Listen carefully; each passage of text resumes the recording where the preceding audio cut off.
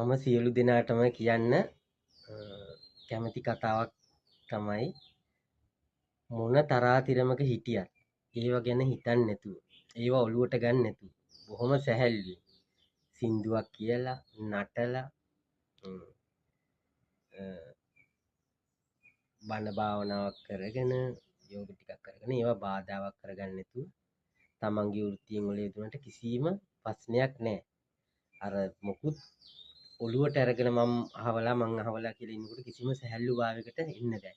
සබහාදරුමි ලස්සන බලලා මිනිස්සුන්ගේ ලස්සන බලලා වගේ අර සතුටින් සාමයෙන් ඉන්න ඕනි කියන එක තමයි මං YouTube බලන ඇටත් Facebook බලන ඇටත් එතනින් ගියහන් TikTok බලන ඇටත් සියලු දෙනාටම කියන්න ඕනේ. අත් වශයෙන්ම අපේ හැම දෙයකටම දක්ෂයා ඉන්නවා, නළු නිළු ඉන්නවා, ගායකයෝ ඉන්නවා, කියන්න ගියොත් ගොඩාක් නම් වලින් කියන්න පුළුවන් දේශපාලකයෝ ඉන්නවා.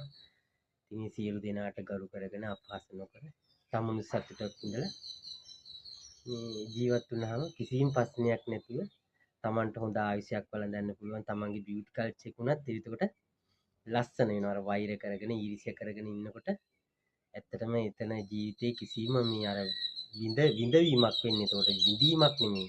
විඳින්න තියෙන ජීවිතේ විඳවන්න නැතුව සතුටින් ඉන්න කියලා තමයි හැයෝටම කියන්නේ.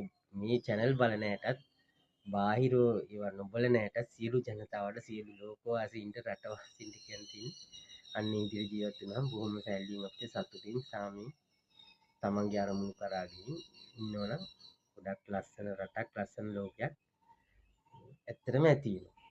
එහෙනම් සියලු දෙනාටම විශ්වාසයි.